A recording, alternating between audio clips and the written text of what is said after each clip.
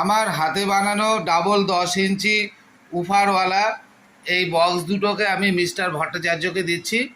উনি অর্ডার দিয়েছিলেন আমাকে অনলাইনে। এই বক্স দুটো সম্পূর্ণটাই আমার হাতে বানানো। এই উফারগুলো আমার নিজস্ব, খুব সুন্দর বিল্ড কোয়ালিটি।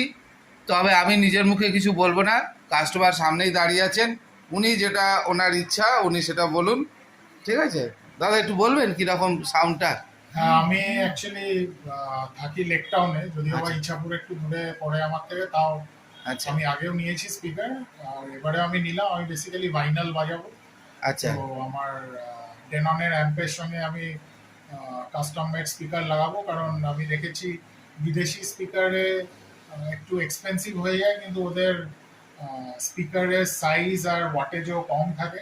তো কাস্টম মেড বানালে আই থিঙ্ক স্পিকারের একটু বুফারের সাইজটা বড় থাকলে সাউন্ডের ক্ল্যারিটি আর রেঞ্জটা বেটার হয়। তো আমি স্পিকারগুলো অ্যাম্পে লাগাবো। আগের স্পিকারগুলো আমার ডেননের একটা অন্য অ্যাম্পে লাগানো আছে। আচ্ছা, ভালো ম্যাচিং হয়েছে আর সাউন্ড খুব পাওয়ারফুল। তো ওই জন্য আবার আরেকটা সেট আমি নিয়ে যাচ্ছি। আর এই সেটের আওয়াজটা কিরকম শুনলেন দাদা? এটা একটু এটা খুবই ভালো। ভোকাল ক্লিয়ার দেখলেন? একদম মিড রেঞ্জ ক্লিয়ার আছে, ভয়েস আচ্ছা ক্লিয়ার যেটা লাগে আর কি আপনার ভাইনালের সাথে।